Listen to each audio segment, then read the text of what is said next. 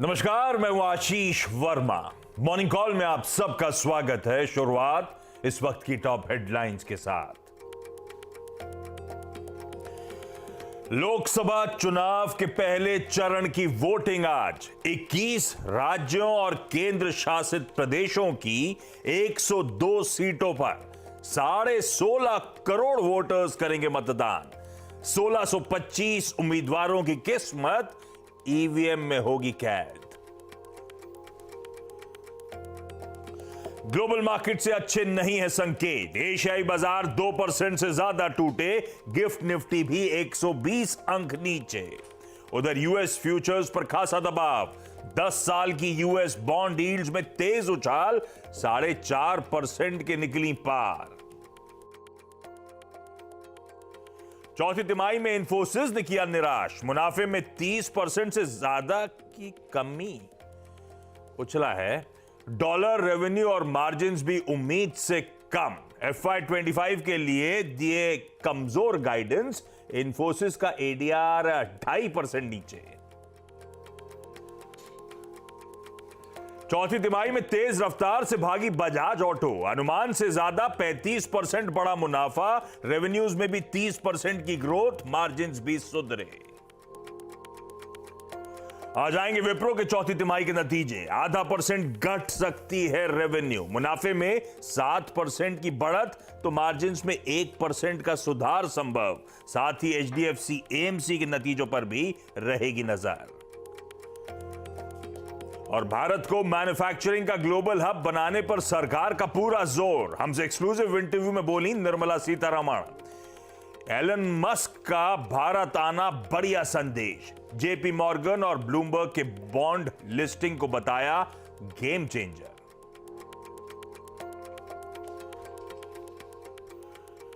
वो मुनाफा गिरा नहीं है, मैं इसलिए टोक रहा था। इंफोसिस का मुनाफा 30% क्यू ऑन क्यू बढ़ा है, पर वो अदर इनकम है लार्जली। वो सब बाद में आऊंगा। हेडलाइन में थोड़ा सा ठीक करिए भाई। चलिए, शुक्रवार की सुबह हफ्ते का आखिरी, यस, हैप्पी फ्राइडे। हफ्ते का आखिरी कारोबारी साथ हमारे सामने खड़ा है। और भैया मामला अब सीरियस होता जा रहा है। कल सारी कंडीशंस मीट हो रही थी एक बढ़िया बाउंस बैक के लिए, एक बढ़िया शॉर्ट कवरिंग के मूव के लिए। या कहें मंगलवार को जो जाते जाते कवरिंग के मूव्स आए थे, पूरी स्थिति ऐसी थी कि वो शॉर्ट कवरिंग के मूव्स एक्सटेंड करेंगे। हुआ भी ऐसा। एक समय भारतीय बाजार 180 अंक मजबूत था। इंट्राडे हमने 22,326 के स्तर छुए। सब बढ़िया चल रहा था। इनका KYC आया नहीं, सब गड़बड़ा गया। ये आपकी गलती है। ब्रेक वेक कोई रीजन नहीं होता। 1:26-1:27 का टाइम होगा शायद वो। Exactly, पता नहीं क्या हुआ। एकदम से वर्टिकल फॉल भारतीय बाजारों में। क्लियरली किसी ने बास्केट डंप कर दिया उठा के। पर ठीक है, उसके बाद भी लेकिन संभले नहीं, लड़खड़ाते चले गए। और कहां वो 80 पॉइंट मजबूत निफ्टी, और कहां बंद हुए 152 अंक नीचे। 325 अंक दिन के हाई से करेक्ट कर गए। पेनफुल था। सेकंड हाफ तो वाकई डराने वाला सेशन था। इंट्राडे में 22,000 के स्तरों के नीचे भी जाते हुए नजर आए थे, और उसी स्तरों के नीचे क्लोज भी हमने दिया है। 4th स्ट्रेट डे हो गया ये फॉल का। ये देखिए आपकी स्क्रीन पे। और दिक्कतें जस की तस बढ़ती चली जा रही हैं। इनफैक्ट आज सेंसेक्स की वीकली एक्सपायरी। आज रिएक्ट करना है किसी इंफोसिस, किसी बजाज ऑटो के जो बाजार बंद होने के बाद नंबर्स आए थे उन पे। आज यूएस के जो इनिशियल जॉबलेस क्लेम्स की रिपोर्ट कल शाम को आई है, उस पर रिएक्शन हमें देना है। हमारे आज विप्रो के नंबर्स आने। और एक बात ध्यान रखिएगा, ये सब अपनी जगह है। अब हमें तैयारी HDFC बैंक के नंबर्स की भी करनी है, क्योंकि कल सैटरडे को वो दिग्गज हेवी वेट अपने तिमाही नतीजे घोषित करेगा, जिसके क्वार्टरली अपडेट से थोड़ा सा भरोसा बढ़ा था। देखते हैं डिलीवर करता है कि नहीं करता है। आज शाम को वैसे हमारी जो पिछली RBI की MPC बैठी थी, उसके मिनट्स भी, ब्यौरा भी उस बैठक का रिलीज होगा। और आज भाई साहब हमारा त्योहार भी शुरू होने वाला है। फेस्टिवल ऑफ डेमोक्रेसी जो है वो शुरुआत होगी। फेज 1 102 कॉन्स्टिट्यूएंसीज, 21 राज्य और यूनियन टेरिटरीज मिलकर मतदान करने जा रहे हैं। भैया याद से शो खत्म होने के बाद वोट जरूर डालाना। नहीं, सॉरी, शो खत्म होने के बाद नहीं, सीधा सौदा के बाद, मुनाफे की तैयारी के बाद नहीं। ये बात सही है, मैं मजाक कर रहा हूं। एक दिन के लिए शो छोड़ा जा सकता है। वोटिंग इंपॉर्टेंट है, प्लीज वोट जरूर करके आए। जहां तक बाजार की बात है, पैनल दिखाइए हमारा सुबह सुबह, आज आप लोग संभाल लीजिए, उसके बाद मंडे तक मैं हिलने नहीं दूंगा इसको, वो मेरी गारंटी। एकदम रोक दोगे? मैं बिल्कुल, आज आप लोग का आप देख लो, बस 3 लोग मिलके गिफ्ट निफ्टी के संकेत लेके फिर गड़बड़ा गए। 180 अंक दबाव के साथ 190 हर तो गिरता ही चले जा रहा है। ऑलमोस्ट 1% कमजोरी के साथ भारतीय बाजार कामकाज की शुरुआत करेंगे। यार यूएस का हैंडओवर तो इतना बुरा नहीं था। एशिया दिखाइए प्लीज क्विकली स्क्रीन पे। हमारे एशियाई पियर्स भी वैसे जो पिट रहे हैं वो अच्छा खासा पिट रहे हैं। और यूएस का हैंडओवर क्विकली दिखा देता हूं। फ्लैट था डाउ, एसएनपी 1/4 और नैस्डैक 0.5% दबाव। हाँ, आज सुबह के फ्यूचर्स थोड़े दबाव में, 1/3 से %0.5% की कमजोरी, लेकिन आज सुबह का मूड थोड़ा सा ज्यादा बिगड़ा नजर आ रहा है। गिफ्ट निफ्टी के संकेत अब 200 पॉइंट की तो गिरते ही जा रहा है। यार ये अभी एक ऐसी अपुष्ट खबर चल रही है, दाग दिया क्या कि हाँ, ये ऐसे तो कल बोल रहे हैं 1.25 1.27 पे भी यही खबर नहीं, चला वो दी थी, तो उड़ा उड़ा। बयान था खाली। हाँ। इस्फहान सिटी में कुछ धमाके सुने गए हैं, ईरान कहाँ में। पे भाई? ईरान में, ओके। ये अभी कंफर्म नहीं है खबर, ये अभी मेरे पास आई जस्ट, तो एक बार अपने अपने जो टर्मिनल हो प्लीज़ चेक करें। ऐसा सुनाई दे रहा है कि कुछ धमाके हुए हैं वहाँ पे, इसीलिए आपको मार्केट अचानक से बहुत गिरा हुआ दिख रहा है। तो डाउ फ्यूचर से 250 पॉइंट गिरा हुआ है। एक बार चेक करिए, मैं कंफर्म नहीं कर रहा हूँ, लेकिन ऐसी मेरे पास एक रिपोर्ट आई है अभी। चलिए, ताजा है, थोड़ी देर में और अपडेट्स आपके सामने रख दिए जाएंगे। लेकिन ऐसा कुछ हो तो रहा है जो मूड बिगाड़ रहा है। हुआ नहीं हुआ, एटलीस्ट बातें तो हैं। एकदम से देखिए एक विस्फोट की खबरें और उस बीच 1% के दबाव के साथ अब गिफ्ट निफ्टी एकदम से कामकाज करता हुआ। तो जो जियोपॉलिटिकल रिस्क का तड़का संडे ऑनवर्ड्स ऐड हुआ था, लग रहा था उसके बाद थम गया है, मामला गड़बड़ा रहा है। वो नर्वसनेस स्क्रीन पे एविडेंट है। और आज सुबह गिफ्ट निफ्टी के फ्यूचर्स अब दिक्कत में आते हुए, एशिया दिक्कत में, ये आ गए यूएस के फ्यूचर्स दिक्कत में, प्रेशर बढ़ते ही चले जा रहा है क्रॉस। तो अब नीरज जी अपडेट दे रहे हैं कि भाई ईरान की किसी सिटी में धमाकों की खबरें। तो जो इजराइल के डिफेंस मिनिस्टर और पीएम साहब कह रहे थे, हो सकता है कर डाला। डिफेंस फाइनेंस मिनिस्टर थे शायद। डिफेंस, पहले तो डिफेंस थे। संडे को शाम के जिनका अपडेट, कल वाले फाइनेंस मिनिस्टर थे। उनको भी क्या पड़ी थी? यार तो ये हो गया काम शायद। भाव भगवान छे, भाव कह रहा है ऐसा कुछ हो रहा है, गड़बड़ हुआ है, या अफवाह है या एक्चुअली हो गया, जो भी है वो भाव में दिख रहा है। यार आप फिर टटोलो यार, ऐसे तो कैसे चलेगा? अब तो ग्लोबल में बचा क्या रह गया? जॉब्स रिपोर्ट देख के क्या करूंगा? कुछ उसमें कुछ नहीं है। ये कुछ अपडेट्स आ रहे हैं भाई, आ रहा है ना? हाँ, एक सेकंड में वही तो कर रहा हूँ। ये तो गड़बड़ा क्या मामला? कच्चा तेल डायरेक्टर दिखाई दे रहा, सब कुछ घुमाई दे रहा स्क्रीन फटाफट। कच्चा तेल दिखाइए, हमने छोड़ा था कल 86.48 पे। कच्चा तेल बयां कर देगा मूड। नहीं, करंट भाव दिखाइए ब्रेंट का, ये प्लेट मत दिखाइए फिक्स वाली। नहीं, अभी तो 89 पे है। नहीं यार 87 पे था $2 जब मैं अंदर आ रहा था। उससे पहले 6:30 बजे $2 चल गया कच्चा तेल। 89.01 ये अक्रॉस द बोर्ड सब चल रहा है। $2 हो गया कुछ तो हुआ है यार। सब ऐसे ही कंफर्म नहीं कर पा रहे, इसलिए कोई लिख नहीं रहा है। चलिए, मतलब ये कुछ तड़का ऐड हो गया है, जियोपॉलिटिकल रिस्क बढ़ गया है। ईरान में कुछ विस्फोट की खबरें, क्वाइट लाइकली शायद वो एस्केलेशन हो चुका है। मे भी देखिए 300 पॉइंट हो गए डाउ फ्यूचर्स। बाकी क्या सीन ग्लोब से? और कुछ बचा नहीं बाकी गया ग्लोब में अब क्या बचा? अब तो खैर इसके आगे तो कुछ बचा ही नहीं है। कल सब फेड वाले मूड खराब करे हुए थे और उस वजह से मार्केट वाले मूड खराब हुए थे। बयान थे किसी के? हाँ, सबके बहुत सारे 3 4 6 बयान आए कम से कम। अब फाइनली ये मान के चल रहे हैं कि रेट वेट कट तो भूल जाओ आप इस साल। मूड लगभग वैसा बना दिया उन्होंने। लेकिन उससे बड़ी खबर यार ये है इस समय, तो मुझे लगता है कि इस कॉन्टेक्स्ट में देखना चाहिए। आप टटोलो वीरो, इस बीच जरा यूएस के चार्ट्स खोले जाए, है ना? अपन लोग बात ही कर रहे थे कल कि प्रिकेरियस लेवल्स वगैरह हैं क्या? डाउ के अपडेटेड चार्ट्स नहीं नहीं आशीष, मेरे पास दाव के अपडेटेड चार्ट तो नहीं है, लेकिन मैं एक बार बताऊं आशीष, जब मैंने आज का डेटा खोला था ना, सबसे पहले जरा आप एफआईएस की प्लेसमेंट देखिए। ये आई थिंक जियोपॉलिटिकल टेंशंस और इसके एस्केलेट होने की चांसेस में आप सिर्फ एक बार जरा निफ्टी पर और इंडिसेस पर उनके आउटस्टैंडिंग कॉन्ट्रैक्ट्स को देखिए। 3 सेशन में एक बंदा जो कि करीब 4000 कॉन्ट्रैक्ट लॉन्ग था, वो कल 1 लाख कॉन्ट्रैक्ट शॉर्ट हो गया। मैं खुद भी अचंभित था। देखिए शॉर्ट ऑन राइज हम कर रहे थे, बट डेटा का एक साइड में इतनी तीव्रता से फ्लो करना जितना ये पूरे एक महीने में करता है, 20 दिन में करता है, 20 सेशन में करता है, 3 दिन में फ्लो हो जाना, मतलब आप 4000 नेट लॉन्ग थे, 1,07,000 कॉन्ट्रैक्ट नेट शॉर्ट। उनकी प्लेसमेंट, उनका सेंस ये कह रहा था आशीष।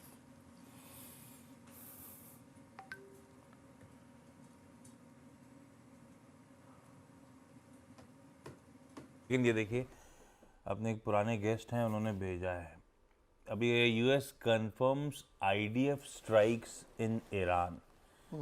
US officials have confirmed to some news channel that Israeli missiles have hit a site in Iran. 3 explosions have been reported in Iran's Isfahan Isfahan region, city, which is a nuclear facility city. home to critical nuclear facilities, recently shut down due to security concerns. Actually मैं तो ये करूँ कि तुंगनाथ जी जो बैठे हुए वो जाके टर्मिनल पे देख के आए ब्लूमबर्ग के, जहाँ पे एकदम लेटेस्ट न्यूज़ आती है।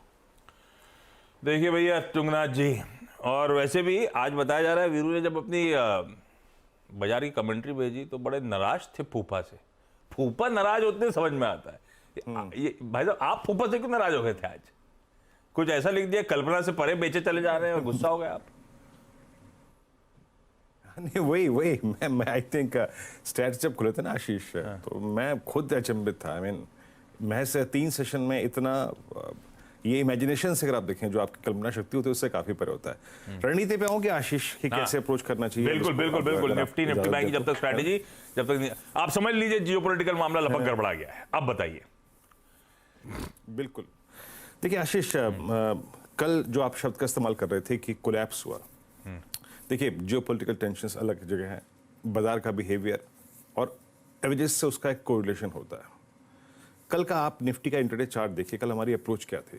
देखिए 22,290 और 22,356, ये स्क्रीन पे जब तक नहीं क्रॉस होगा it's a sell and rise. ये 60 पॉइंट की ट्रेजेक्टरी तय करेगी। अच्छा वो 60 पॉइंट थे क्या? वो था falling 10 falling 20 day exponential average. ये एक टिपिकल बिहेवियर होता है इंडिसेस का। कमजोर बाजार में एक फॉल्स अपस्विंग आता है। ये देखिए आशीष, कल का हाई क्या था कैंडल का? वो एग्जैक्टली 10-20 डे की ट्रेजेक्टरी थी, और वहीं से वो शॉर्ट आपको एग्जैक्टली डे लो पे ले गया। एग्जैक्टली तो एक वीक मार्केट में एक छोटा सा पुल बैक वो सिंक हो गया। अब आपकी स्क्रीन पे थोड़ा सा और जस्टिफाई करने के लिए मैं एक और बता दूं, आई मीन जियोपॉलिटिकल टेंशंस की आप बात कर रहे हैं आशीष, अब शायद ये एक श्योर हो गया है, जिसने भी कल के शॉर्ट कैरी करे, कल जिसने शॉर्ट रखा उसको जो रिवॉर्ड मिलेगा वो है 100 डेमा, जिसको मैं ड्रॉ करके लाया हूं। वो मैं ड्रॉ सुबह ही करके ले आया था। That's 100 day exponential moving average. वो आता है करीब करीब 21,626 के जोन में। तो मैं ज़्यादा कुछ यहाँ पे बखान नहीं करूँगा आशीष। अब मेरे ख्याल से फर्दर शॉर्ट का किसी को मौका नहीं मिलेगा। जिसने कल शॉर्ट रखी वो आज एप्रोप्रिएट प्रॉफिट लेगा। एफआईएस के स्टैट्स को थोड़ा सा यहाँ पे मैं एलिब्रेट कर देता हूँ कि कल उन्होंने क्या किया। मतलब उनकी ये सेलिंग शायद कल्पना शक्ति से पूरी परे है। आई मीन 4260 करोड़ रुपए की सेलिंग, 2285 करोड़ रुपए का डीआईएस का बाय, 7000 करोड़ रुपए का इंडेक्स बेचा। यानी ये एक सेंस उनको था कि ये आई थिंक चीज़ें यहाँ रुकेंगी नहीं, ये तो खराब होंगी। 7000 करोड़ रुपए का इंडेक्स, ये नॉर्मल नहीं है। इवन आई थिंक कोविड में भी ये फिगर दिखती थी आशीष। कोविड में के वक्त स्टॉक फ्यूचर्स बेचा करीब 4500 करोड़ रुपए का, और पुट शॉर्ट भी कवर कर ली 27,000 कॉन्ट्रैक्ट। और अगर आप निफ्टी पर उनके नेट आउटस्टैंडिंग कॉन्ट्रैक्ट को देखिए, जो कि मैं कुछ देर पहले डिफाइन कर रहा था, वो महज 4 सेशन में 51,000 कॉन्ट्रैक्ट। 10 अप्रैल को आप प्लस 51,000 कॉन्ट्रैक्ट थे, और कल यानी 18 अप्रैल को as per the closing stats आप 1,07,000 कॉन्ट्रैक्ट शॉर्ट हैं। तो मैं ज़्यादा अब यहाँ पे कुछ नहीं कहूँगा। मेरे ख्याल से अब कल के पुट राइटर्स को देखने का कोई मतलब है नहीं। कल के पुट राइटर्स, कॉल राइटर्स 22,200 पे, 300 पे, 400 पे, 500 पे थे। अब तो एक शार्प गैप डाउन होगा। मेरे ख्याल से फर्स्ट इंस्टेंस में आशीष, अगर मैंने शॉर्ट की होती और कवर की होती और कल के अगर आपने आउटलुक पे काम किया है तो किसी भी सर्कमस्टेंसेस में एक बार के लिए मुनाफा प्रॉफिट्स, ये देखिए, अब डायरेक्टर साहब इसे मत दिखाइए, इसको दिखाने का कोई सेंस नहीं है आप, क्योंकि बाजार डिफरेंट ट्रेजेक्टरी में खुलेगा। आशीष, वो जो लेवल था ना 21,626 100 डे एक्सपोनेंशियल मूविंग एवरेज और बैंक निफ्टी पे करीब करीब 46,100 की ट्रेजेक्टरी पर, वहां पे प्रॉफिट्स को बुक कर लीजिएगा। आई थिंक इससे ज्यादा मैं कुछ नहीं कह सकता इस ओपनिंग के साथ। आशीष भाई साहब, यूएस के फ्यूचर्स सुबह थे 1/3 से आधा % दबाव में आ रहे थे, 1/3 से आधा %। अभी इस समय तीनों बेंचमार्क्स 1 से 1.5% दबाव में। डाउ 400 पॉइंट कमजोरी के साथ फ्यूचर्स इस समय ट्रेड करते हुए आपको नजर आएंगे। पूरा एशिया इस समय आपकी स्क्रीन पर आएगा। निक्केई 0.25% का कट, कॉस्पी 2% दबाव में, हैंगसेंग 1% दबाव में, शंघाई आधा %, सब कट है। और गिफ्ट निफ्टी अब ऑलमोस्ट 300 पॉइंट की कमजोरी की तरफ बढ़ रहा है, 350 अंक का दबाव। कल अफवाह भी थी तो किसी को 1:30 बजे पता था कि दाग दिया जाएगा। भाई साहब, गजब मूड हो रहा है। अच्छा, खबर टटोलने की प्रक्रिया अभी ऑन है, और भी डिटेल्स आते रहेंगे। ये अटैक रिलेटेड क्या ताजे तस्वीर है, इस बीच एक काम करा जाए, हर्षदा से जान लिया जाए भाई वो इन्फोसिस, बजाज ऑटो और बाकी सारी important stocks in news. Harshada, Good morning. Clearly not the best of mornings.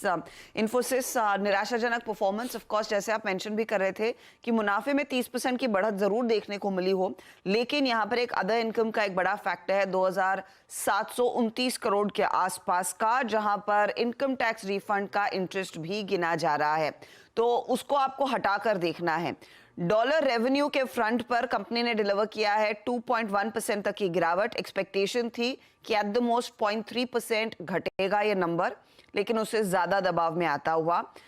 यहां पर मार्जिन्स 20.1% के आसपास है, 20.7% के आसपास का अनुमान था।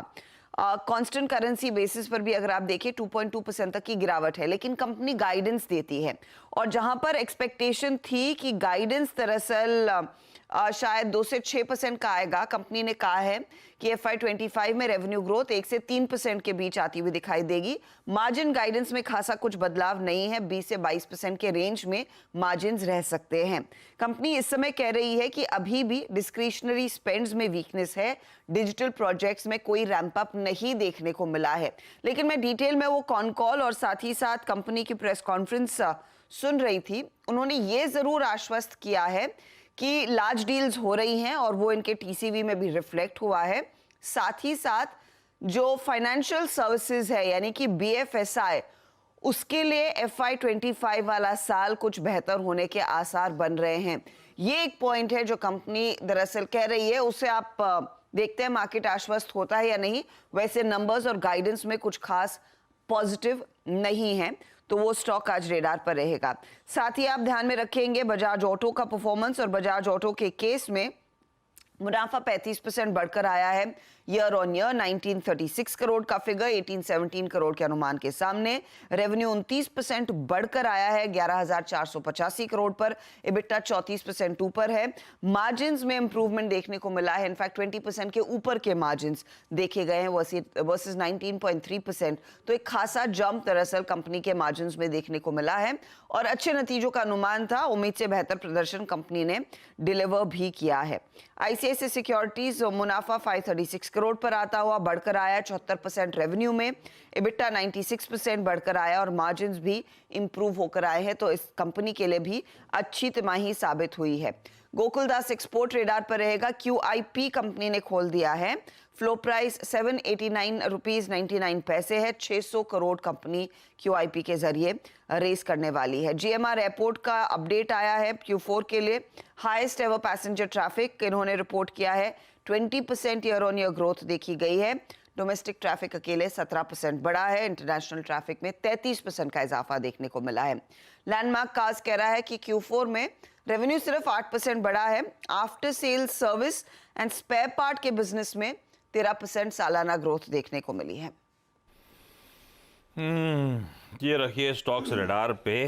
अपन क्या है, सख्त लौंडे, अपन टीम नहीं बदल रहे, अपन जो है वही लेके जाएंगे सीधा सौदा में। लेकिन यार वैसे जापान का इन्फ्लेशन नंबर आना था, वो भी आ गया है। और महंगाई ठंडी पड़ रही है। कोर ज़्यादा ठंडा पड़ा है, कोर बहुत गिरा है। जिनके पास कंफर्मेशन नहीं है इस न्यूज़ का, वो जापान के सीपीआई नंबर का हवाला देके एशिया को ठोक रहे हैं।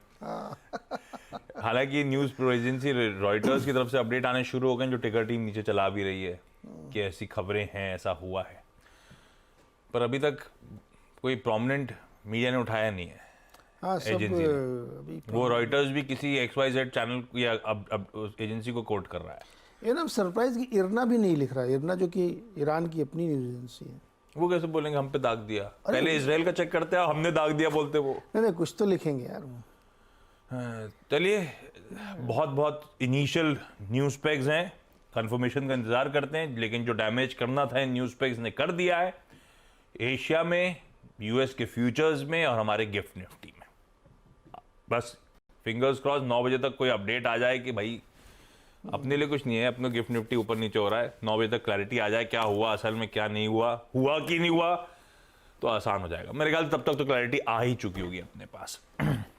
चलिए, एक काम करा जाए, मैं सारे इंटरेस्टिंग खबरें हमारी डिस्कस हो गई है, एक छोटा सा ब्रेक लेता हूं। ब्रेक के उस पर जब लौट के आऊंगा तो आज का इवेंट्स कैलेंडर, इस खबर पे नजरें वैसी बनी रहेंगी, और साथ में भाई ये जो कमोडिटी के एनालिस्ट हैं इनका फोनर ले लीजिए, परिस्थिति बदल गई है, इनसे फोन पे बात करके ताजा अपडेट लेना पड़ेगा। ब्रेक के उस पार सारा ये एक्शन।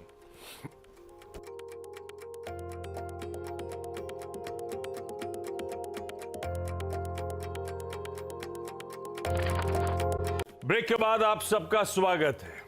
भाई एक काम करा जाए, पहले आप जरा कमोडिटी मार्केट्स का हाल और वहां पे रणनीति समझ ली जाए, जो स्थिति बदल रही है। प्लीज तबर अब की सेकंड प्लेट दिखाएंगे तो सब गड़बड़ा जाएगा, कुछ होगा ही नहीं। कच्चा तेल फिर से स्क्रीन पे लेकर आता हूं, $2 सुबह सब के बीच में इंचअप होता हुआ। हमारे साथ अजय केडिया साहब जुड़ते हुए, केडिया कमोडिटीज के। केडिया साहब, पता नहीं, गुड मॉर्निंग। सारी स्थिति बदल गई, इसलिए सोचा आपसे एक्टिवली चैट कर लिया जाए बजाय कि वो स्ट्रैटेजी दिखाने के। सुबह कुछ अपडेट्स आए क्या आपके पास भी? कुछ मिडिल ईस्ट का कंफर्मेशन आया है क्या? कुछ एस्केलेशन हो गया क्या? Very good morning. डेफिनेटली अगर देखा जाए तो कल तक का सिनेरियो अलग था, जहां पे हमने काफी बड़ी गिरावट देखी। प्राइजेस करीबन 88 के नीचे भी ब्रांड लुढ़क गया था। बट जिस ढंग से ग्लोबल टेंशन अभी भी बढ़े हुए हैं, क्योंकि ग्लोबल मार्केट में अभी भी हम देखते तो विक्स बढ़ा हुआ, आज विक्स 17.4 के करीब क्रॉस कर चुका है। तो मुझे लगता है कि जो कल की गिरावट थी वहाँ पे लोअर लेवल्स पे बाइंग वापस लौटती हुई दिखाई दी है, और जब तक जियोपॉलिटिकल टेंशन रहेगा क्रूड वापस एस्केलेट करता हुआ दिखाई देगा। तो मुझे लगता है कि अभी कुछ अपडेट्स क्लियर आए नहीं है, बट जो टेंशन है वो कंटिन्यू रहेगा, जो कच्चे तेल को सपोर्ट करेगा, और फिर से हम लगभग 90 के करीब ब्रांड को देख पाएंगे। डोमेस्टिक में भी 7050 तक का लेवल कच्चा तेल दिखा सकता है। ओके, पर केडिया साहब, आपने फोन घुमाया क्या अपने मिडिल ईस्ट के दोस्तों को? कुछ पता चला कि ये एक्चुअली इजराइल ने कुछ कर दिया क्या ईरान के साथ? देखिए, आजकल फ्रेंड से ज्यादा जो एक्टिवनेस है वो ट्विटर पे ज्यादा लोग रहते हैं, तो वहाँ पे कंटिन्यू अपडेट्स तो कंटिन्यू चल ही रहे हैं। बट कंफर्मेशन के लिए we should wait for official channel क्या अपडेट है। But I think de-escalation हमने पूरे एक हफ्ते में देखा है, जिसे सोने से समझ में आता है कि सोने में जो बड़ी रैली थी वो अब कहीं ना कहीं थमते हुए नजर आ रही है एज ऑफ नाउ। तो मुझे लगता है डी एस्केलेशन चीजें चल रही है, कंफर्मेशन के लिए वेट करना चाहिए। चलिए केडिया साहब, थैंक यू सो मच। ये तो रही कमोडिटी की चर्चा। भाई सब जो ऐसे हम न्यूज रिपोर्ट कर रहे हैं, सारे वेटरन भी वैसे ही कर रहे हैं।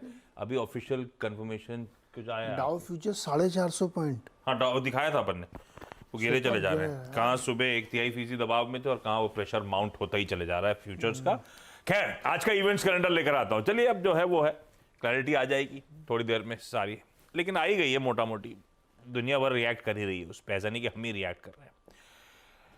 आज है फ्राइडे, सेंसेक्स की वीकली एक्सपायरी की तैयारी।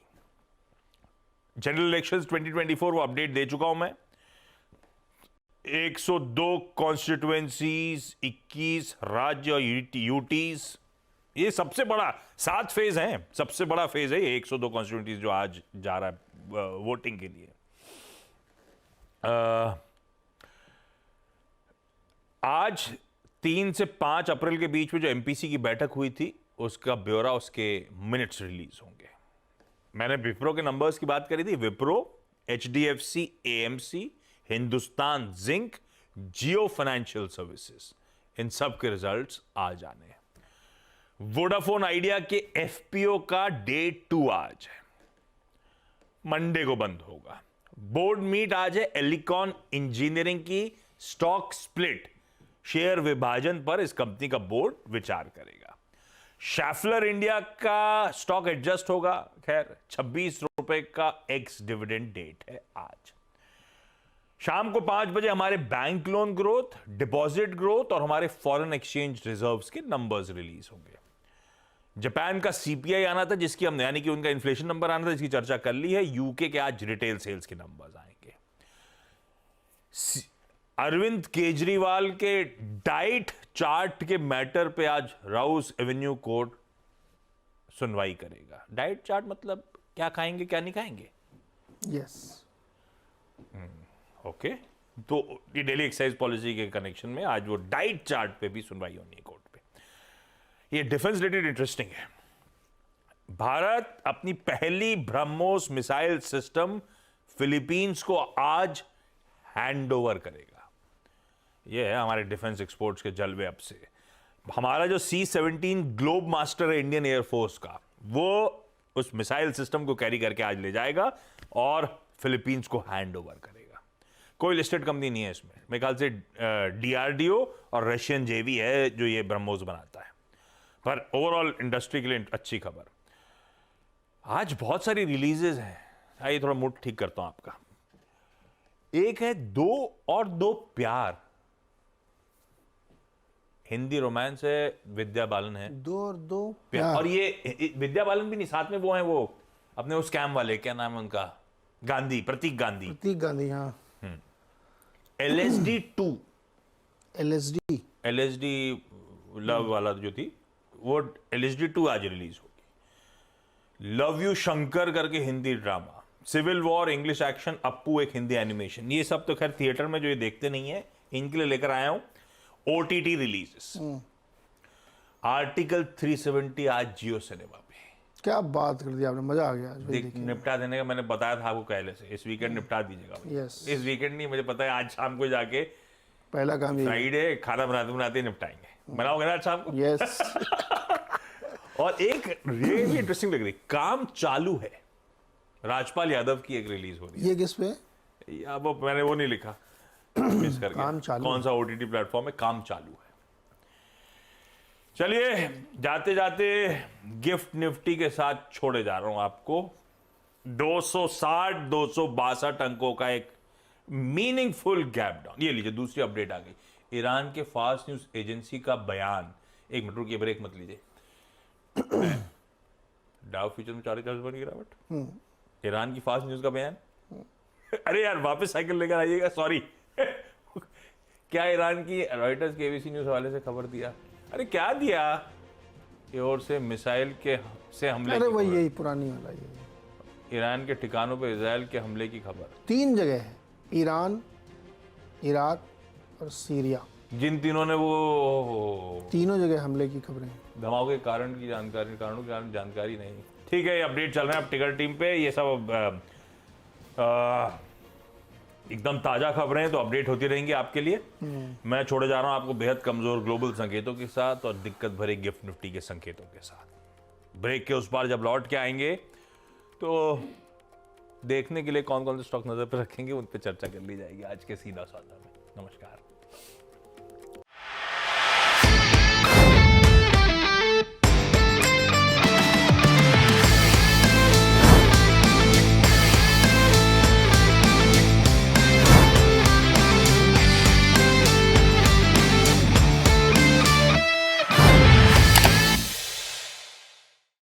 बता दें कि मनी कंट्रोल पर दिए गए विचार एक्सपर्ट्स के अपने निजी विचार होते हैं। वेबसाइट या मैनेजमेंट इसके लिए उत्तरदायी नहीं है।